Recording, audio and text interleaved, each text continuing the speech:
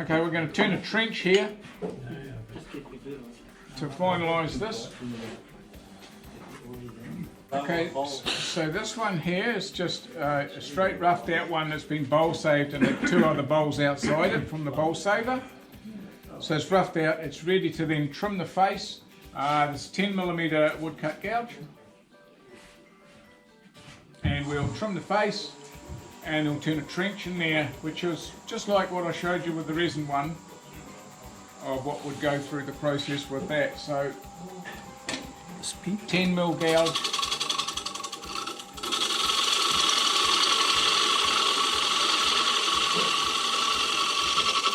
It's not moved much at all in the drying, this bowl. Why? Two reasons why. It's consistently kept at temperature. Exactly. What's the other reason? Slow. Same wall thickness. Yeah, same wall thickness. Decent wall thickness and even, and dried slowly. And then, you know, with the scope that you have with your inlays, depending on what you're putting in there, is of course huge, isn't it? There's where the trench is going to be. This is a 6mm woodcut gouge. I'm just going to up the speed of that a little bit. Yeah, 925, that's nice. 6mm woodcut gouge on its side. And just start relieving some of the wood with a series of small pushes to get some of that trench out. You don't do your final cut until you get the wood away. Once the wood away is then you can start doing the final sort of process. Oh, that light is sort of right in a bad spot there now. I'm coming across here now so I can cut in behind with a dovetail edge here, see that? And that little tool there is right over on the side and the bevel is rubbing on that dovetail there. So it's undercut down in there. And then I come pull it back across to about the centre. Then I'll come right back around here.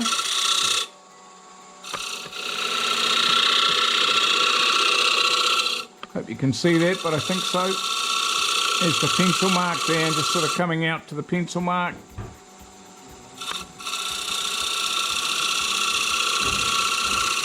That's the dovetail on the left-hand side now.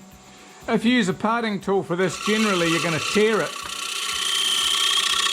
But, you know, whatever is going to give you the best cut on your piece of wood. That's the two dovetails. Then I'll come around with the nose of the 6mm and just drift that centre.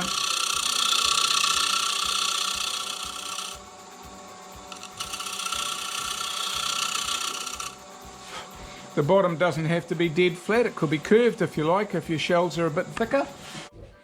So it's now got angled sides in there.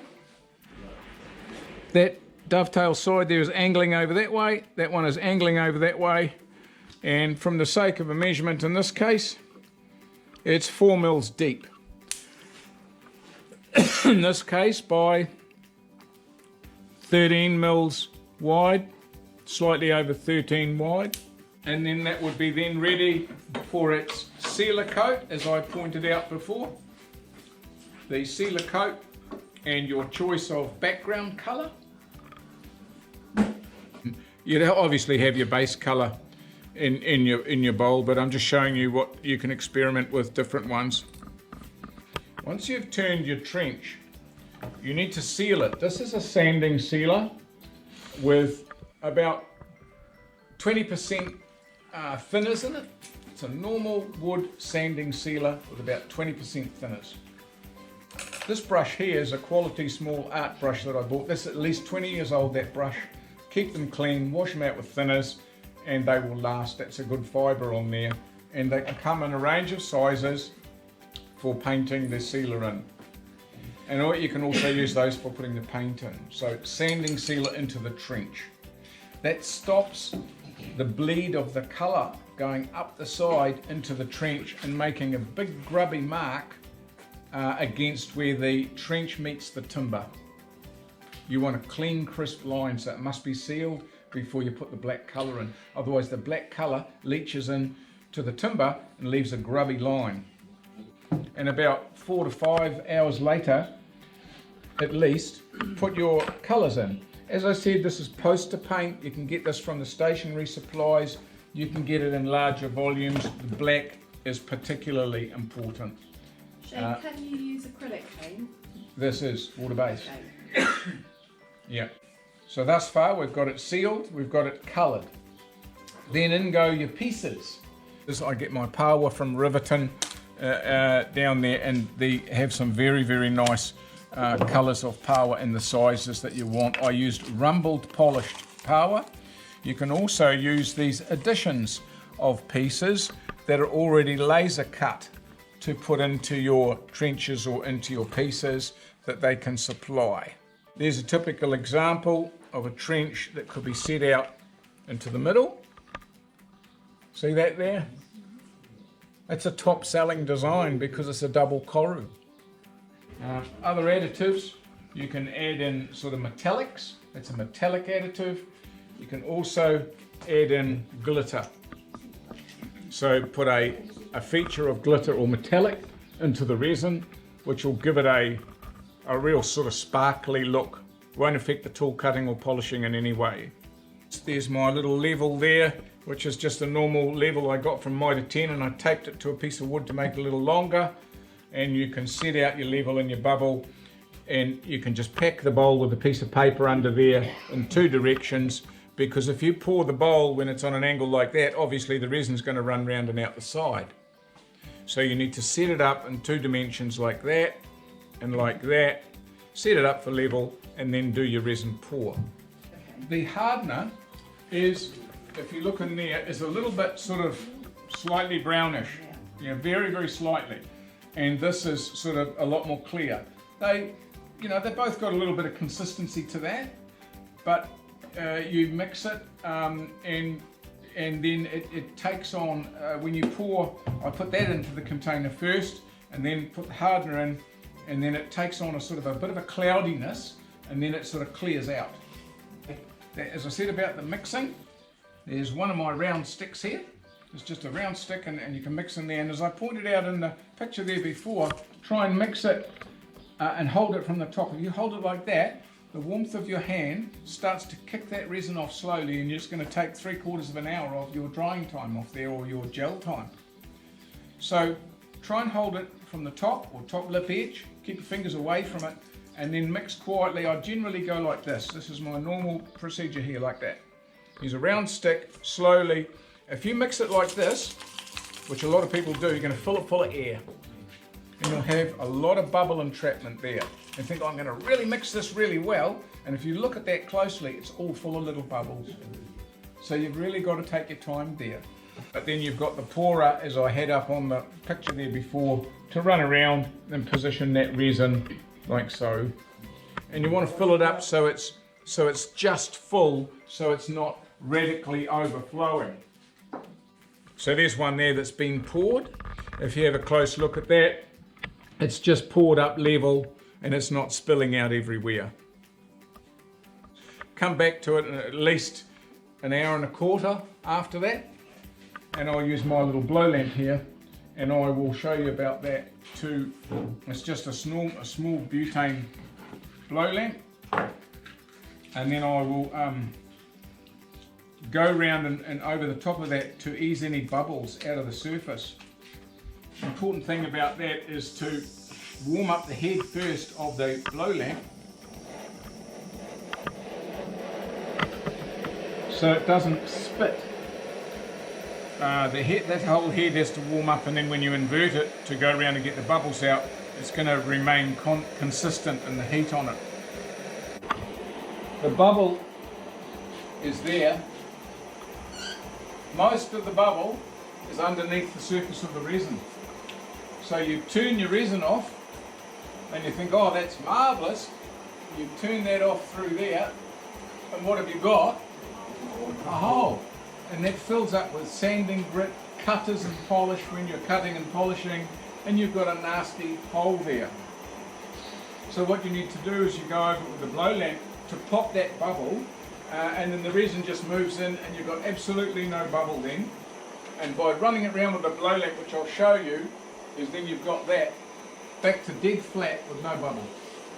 So you've done your resin pour here. You can take that. I want you to watch carefully around the bowl like that. Done. Did you see that? That's it. And that's enough to pop that bubble there straight off, and it just puts that glassy slick. This is just the 50mm jaws on here. This happens to be what I've got on here. If you have a look here, I've got the 4 scroll jaws marked here for number 4. This is dry and stable, this timber. I want to show you, and even I don't know how this is going to be for central, but this is my normal procedure to mark my jaws here. Then I'll put it back up into there to number 4 jaw, and let's see how accurate it is, because I'm putting it back into the same jaw, exact same position as what it was before. Pushing that against the face of the chuck, coming up with the bar, and let's see how accurate that is. Speaks for itself, doesn't it? So if you mark your jaws, and I just usually give it just a little wee bit, you'll get it that accurate yourself. And that's like it's never come out. And that's gone through its drying process, and it's resin pour. The minimal amount of resin over top of the items means that I'm getting maximum clarity. You're not looking through 8mm or 10mm of resin before you actually see the item. I normally start with a 13mm gouge with a swept back grind, and I'm normally around about 500 revs per minute, which is what it is on at the moment. And the presentation of the gouge, it's not like turning timber. It is a little bit more of a scrape, so it's over on its side. You can go that way, or you can have the handle over that way and go that way. So it is cutting, I'll show you there with the camera, it's cutting like that. And the resin comes off like cotton, you see that? That's the cut there. So it'll cut that way or that way. It's best to listen to the cut so that you can hear what's going on, and it's best to do it with a freshly ground gouge. This is straight off the grinder, not been honed or anything, it's straight off the grinder. That's 500 revs per minute. And we're just listening to the sound, and we want to get the wood back there clean and the resin off there.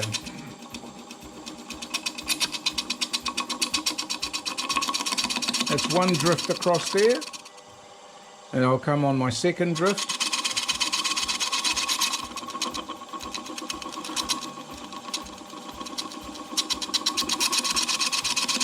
I'm taking off an absolute minimal amount of timber and resin.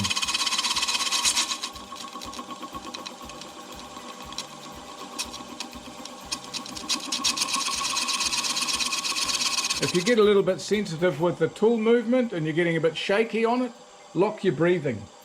The bowl is nice and square and accurate onto the chuck. So I'm not trying to turn any wobble out of it. I'm just trying to get the excess off and then move into the sanding process. Pour it, don't touch it for a week.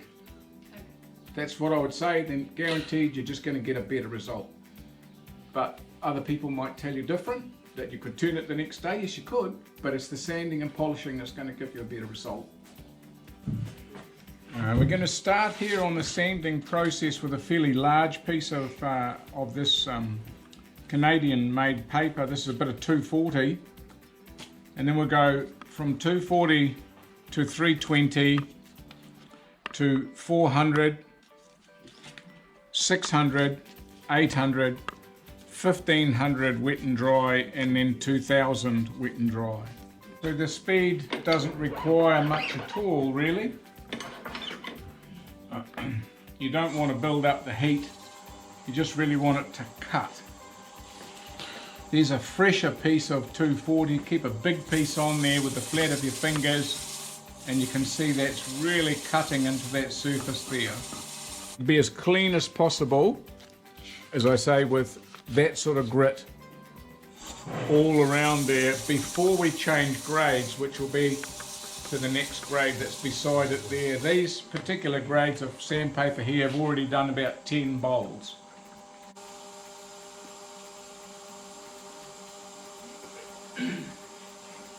Note there's nowhere near the dust comes off the finer paper. I'm covering all that surface.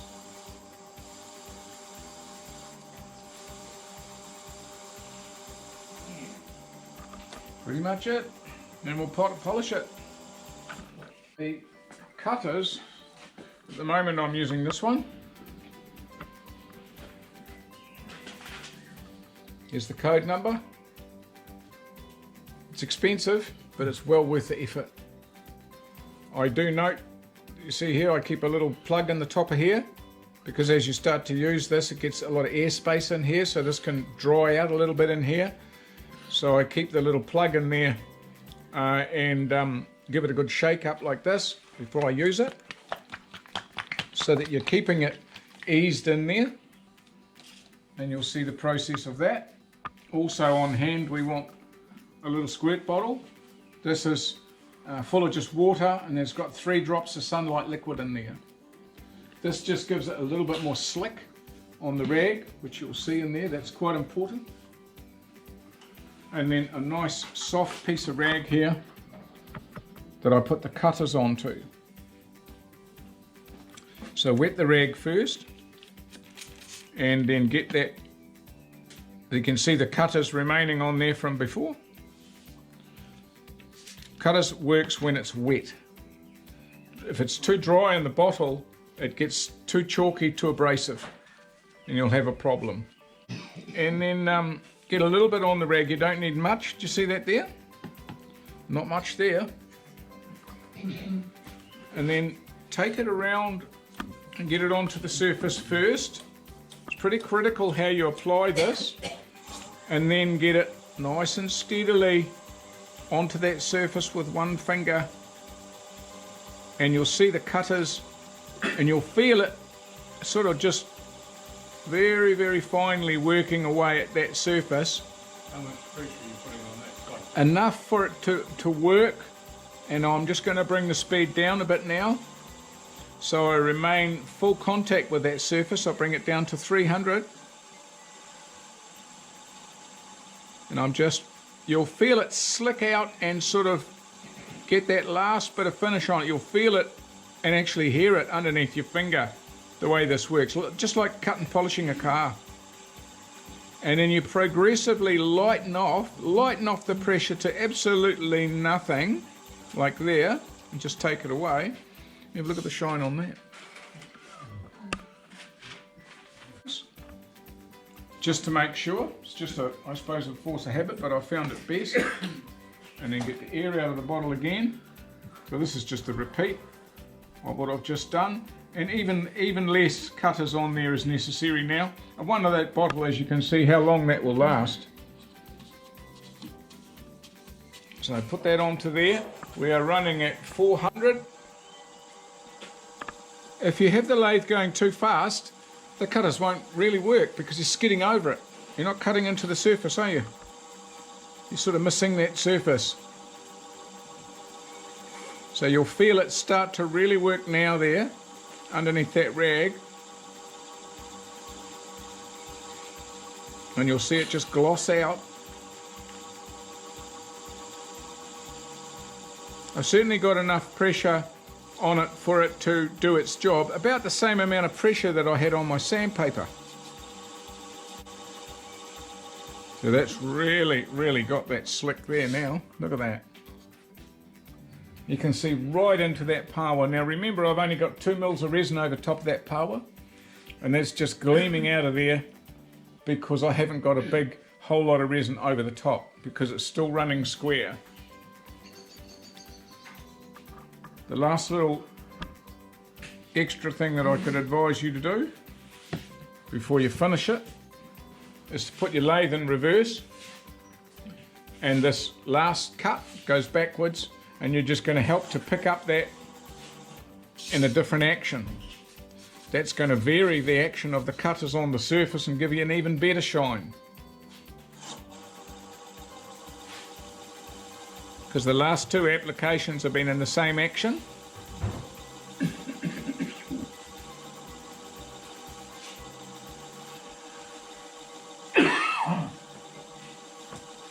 And if your cutters starts to get too dry in the bottle, you need to put a little bit of your spray water in the bottle and give it a good shake. Because as you start to use your cutters, the bottle starts to have a little bit too much air in there. It's probably better without the light on, but it should look radiant. You know, they don't call it Pearl of the Sea for nothing. And it should be absolutely radiant. It's probably better with it off, actually, isn't it? Yeah. So you really want that finish to be as good as possible. And yeah, and it'll stay like that. It'll never shrink or fall out. Because where the trench is actually turned with little angles on the sides, dovetail on the sides, it's slightly in there, and it's about 7 mils deep, this trench. And then the resin can't shrink or fall out, it'll just remain like that forever. And yeah, I hope that helps.